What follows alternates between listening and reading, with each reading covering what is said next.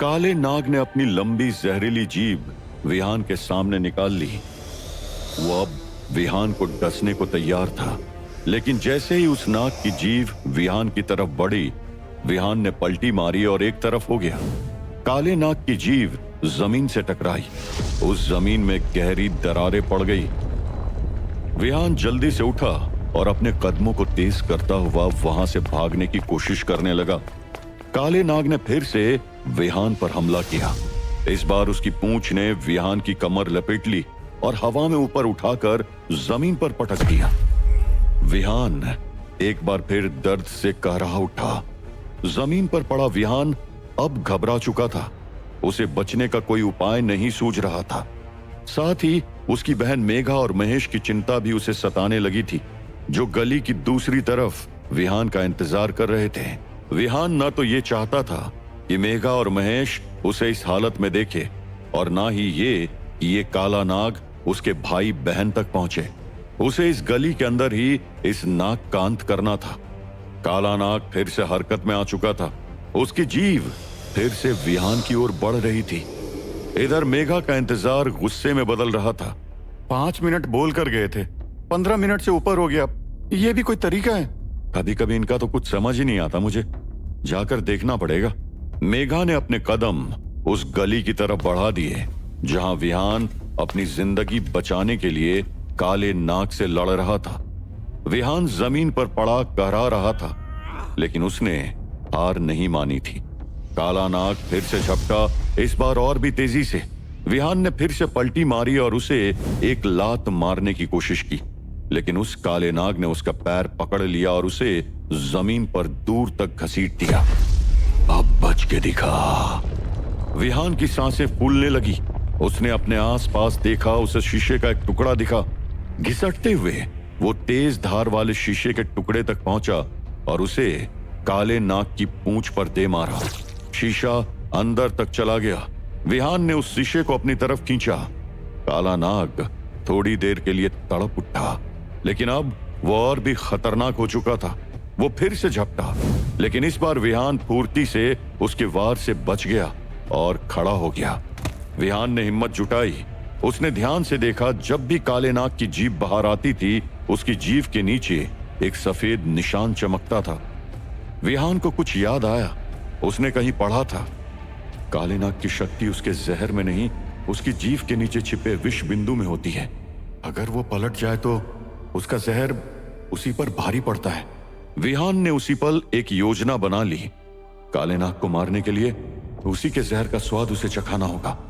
विहान ने शीशे के टुकड़े से अपनी उंगली पर एक गहरा चीरा लगाया। खून टपकते ही उसने अपने ही खून से जमीन पर एक मंत्र लिख दिया। काले नाग ने गुस्से में फुफकारते हुए कहा, क्यों अपना ही खून बहाकर खुद को कष्ट दे रहा है?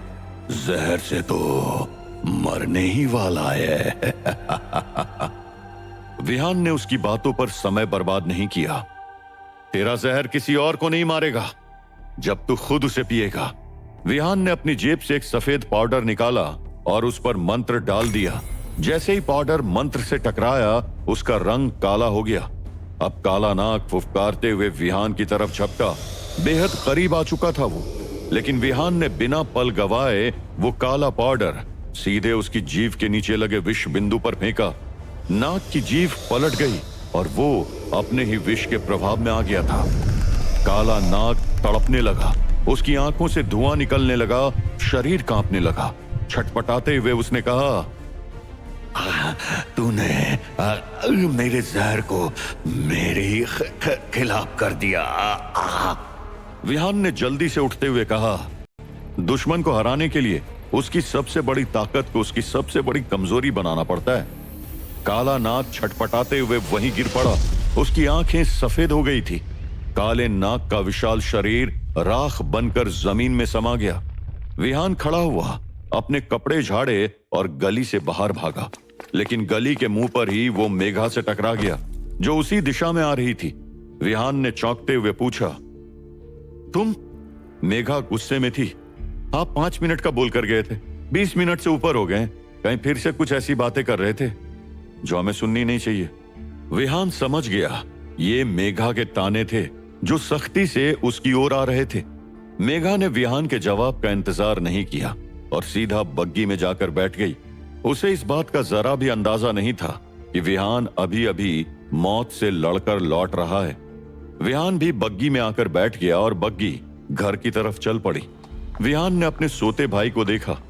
यह सही वक्त था मेघा से सब कुछ साफ साफ बात करने का।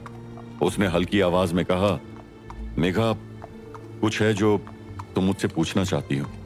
मेघा ने लंबी सांस ली और अपनी सीट पर पीछे की तरफ हो गई। उसे बहुत कुछ पूछना था, मौका तो मिल ही गया था। आरती पार्टी में बहुत अजीब बर्ताव कर रही थी, फिर वो बार बार आपसे अकेले में बात करने को कह रही थी। समझ नहीं आ रहा था क्या चल रहा था आप दोनों में। विहान थोड़ा झिझका। उसने मन ही मन सोचा, अगर मुझे सब कुछ ठीक करना है तो झूठ बहुत अच्छे से बोलना होगा। उसने गहरी सांस ली और कहना शुरू किया, यह बात किसी को बताना मत, लेकिन पार्टी में आरती ने मुझे इसलिए बुलाया था क्योंकि उसे संस्कृत भाषा में एक ट्रांसलेशन चाहिए था। मेघा ने तुरंत सवाल किया, क्यों? विहान ने धीमी आवाज में जवाब दिया, क्योंकि वो रहस्यों में थोड़ा हाथ आजमा रही है। तुमने नोटिस किया होगा कि जब शालिनी ने वो जादुई आने वाली भविष्यवाणी की तो उसने संस्कृत में कुछ कहा था। मेघा ने आंखें सिकोड़ते हुए कहा, हाँ, कुछ तो संस्कृत में मंत्र पढ़ा था उसने। एक पल की चुप्पी के बाद मेघा ने कहा, मुझे नफरत है जब आरती और शालिनी ऐसे चक्करों में पड़ती है। मुझे इस सब पर विश्वास नहीं है, लेकिन मैंने देखा है ये सब अच्छे भले लोगों को अजीब बना देता है। विहान को हंसी आ गई। उसने मन ही मन बड़बड़ाया, तुम्हें अभी बहुत कुछ नहीं पता। लेकिन उसने कंधे उचकाते हुए कहा, तुम गलत नहीं हो। इस ट्रांसलेशन में मैंने उसकी मदद की जो शायद शालिनी ने भी इस्तेमाल किया। उसमें खतरनाक आत्मा का जिक्र था जिससे आरती डर गई। शायद इसलिए वो दोनों अजीब बर्ताव कर रही थी। मेघा ने एक लंबी सांस छोड़ी और कहा, मुझे पहले ही समझ जाना चाहिए था। मैं उन्हें कितनी बार कह चुकी हूं कि इन चीजों से कोई अच्छा नतीजा नहीं निकलता। मेघा कुछ पल शांत रही और फिर विहान की तरफ देखा और कान पकड़ते हुए बोली, सॉरी अगर मैंने आप पर अपना गुस्सा निकाला। विहान राहत की सांस ले सकता था। उसने मेघा के कंधे पर हाथ रखा और अपना झूठ जारी रखा, माफी मांगने की जरूरत नहीं है, पर आरती ने मुझसे वादा लिया था कि मैं तुम्हें नहीं बताऊंगा कि वो जादू टोना सीख रही है, तो प्लीज ये बात अपने तक रखना।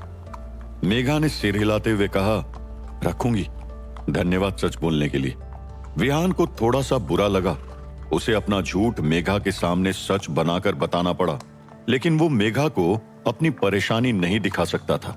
मेघा ने आंखें घुमा ली और कहा, मुझे तो लगता है कि उन्हें यह सब बकवास हमेशा के लिए छोड़ देनी चाहिए। विहान ने हामी भरी। वो मन ही मन बड़बड़ाया, मुझे बुरा लग रहा है कि मैं एक अनजान लड़की से ज्यादा ईमानदार था बजाय अपनी बहन के। तभी अचानक से मेघा की नजर विहान के हाथों पर बने कटे निशान पर गई। मेघा घबरा गई। ये कैसे हुआ? कुछ देर पहले तक तो नहीं था। विहान को फिर से एक झूठ बोलना पड़ा। वो ऑफिस की लाइट खराब हो गई थी और दरवाजे की एक कील निकली थी तो उससे लग गया। मेघा ने अपनी जेब से एक रुमाल निकाला और विहान के खून लगे हाथों पर बांध दिया और प्यार भरी नाराजगी से विहान की तरफ देखते हुए बोली, आजकल आपके साथ ऐसी अनहोनी बार बार नहीं हो रही। ऐसा लगता है कि अनहोनी आपको हर जगह खींच लेती है। विहान बस मुस्कुरा कर रह गया। वो अब मेघा को कैसे समझाता कि वो जब से 1925 के विहान की बॉडी में आया है तब से अनहोनी उसके साथ साथ घूम रही है। विहान ने मेघा को शांत कराते हुए कहा, हल्की सी खरोच है, ठीक हो जाएगी। बग्गी उनके घर के पास पहुंच गई थी। मेघा ने महेश को हल्का सा झटका देते हुए कहा, भैया उठो, घर आ गए। महेश चौंक कर उठा। वो नशे में और कंफ्यूज था। मैं जीत गया। अगली सुबह विहान सिक्योरिटी कंपनी पहुंचा। उसने धर्म से मिलने का सोचा। वो कैप्टन के ऑफिस में झांका। धर्म ने अपना चेहरा हाथों में छुपाया हुआ था, जैसे कोई बहुत भारी बोझ उठा रखा हो। डेस्क पर कॉफी के कई मग बिखरे थे। अगर विहान धर्म को नहीं जानता होता तो सोचता वो जबरदस्त हैंगओवर में है। विहान ने धीरे से नॉक किया। धर्म ने सिर उठाया और विहान ने देखा उसका चेहरा मुरझाया हुआ था, आंखों के नीचे गहरे काले घेरे। विहान मन ही मन बड़बड़ाया, कैप्टन की हालत तो बहुत खराब लग रही है। धर्म ने आंखें मलते हुए कहा, माफ करना, तुम्हें मुझे खराब हालत में देखना पड़ रहा है। धर्म की हालत देख विहान थोड़ा घबरा गया था। वो जल्दी से इसका कारण जानना चाहता था। वो धर्म के सामने वाली कुर्सी पर बैठते हुए बोला, कुछ हुआ है क्या? धर्म ने बालों में हाथ फिराते हुए कहा, वो हेमंत दास। विहान ने भौं चढ़ाई, क्या हुआ उसे? धर्म ने गहरी सांस ली और कहा, वो मर गया। विहान का मुंह खुला का खुला रह गया। जिन भी बुरी खबरों की उसने उम्मीद की थी, हेमंत की मौत उस लिस्ट में कहीं नहीं थी। उसने हड़बड़ा कर पूछा, लेकिन कैसे? धर्म ने थके हुए अंदाज में जमाई ली और कहा, कल रात मैं और मुकुंद हेमंत के घर गए थे। बाहर से सब कुछ नॉर्मल लग रहा था, ना कोई जबरदस्ती का निशान, ना कुछ अजीब।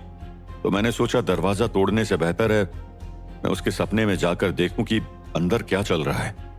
धर्म ने सिर हिलाया और टेबल पर मुक्का मारते हुए कहा, यह मेरी गलती थी। विहान ने तुरंत पूछा, क्या देखा आपने? धर्म की आवाज भारी हो गई थी। एक आदमी को देखा, उल्टा लटका हुआ, एक डंडे पर टांगा गया था। उसका शरीर खून से लथपथ था और उसने कुछ नहीं पहना था। विहान का चेहरा बिगड़ गया। उसने खुद से कहा, यह तो किसी डरावनी हॉरर फिल्म का सीन लग रहा है। धर्म ने लंबी सांस ली और कहा, उस सपने ने मेरी पूरी ताकत खींच ली और फिर जब हम असली कमरे में घुसे तो वो मंजर मेरी जिंदगी के सबसे बुरे क्राइम सीन में से एक था। और वो विहान समझ गया था। उसने कुछ सोचते हुए कहा, मुझे लगता है ये मौत उस काली शक्ति से जुड़ी है जिसे कल उस लड़की ने बुलाने की कोशिश की थी। उसका और हेमंत का कनेक्शन था। धर्म ने हाथ उठाकर उसे रोक दिया। फिलहाल तुम इन सब की चिंता मत करो, हम बाद में इसकी जांच करेंगे। जैसे ही धर्म ने अपनी कनपटी दबाई, विहान सोच में पड़ गया। किसी बुरी आत्मा के सपने में जाना आदमी से कितना छीन सकता है।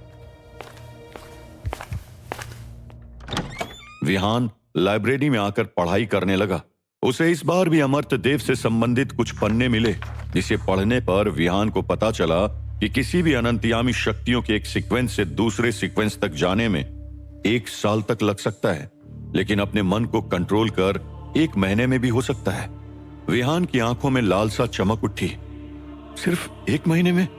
विहान को कुछ और पता चला जिससे वो ठिठक गया। उसे पता चला कि अमर्त्य देव को कुछ ऐसा चुराने के लिए कहा गया था जो अग्निवंश परिवार से संबंध रखता था, और जिन्होंने अमर्त्य देव को वो चीज चुराने के लिए कहा था वे शैतानी अखाड़े से थे। विहान की सांसें रुक सी गई।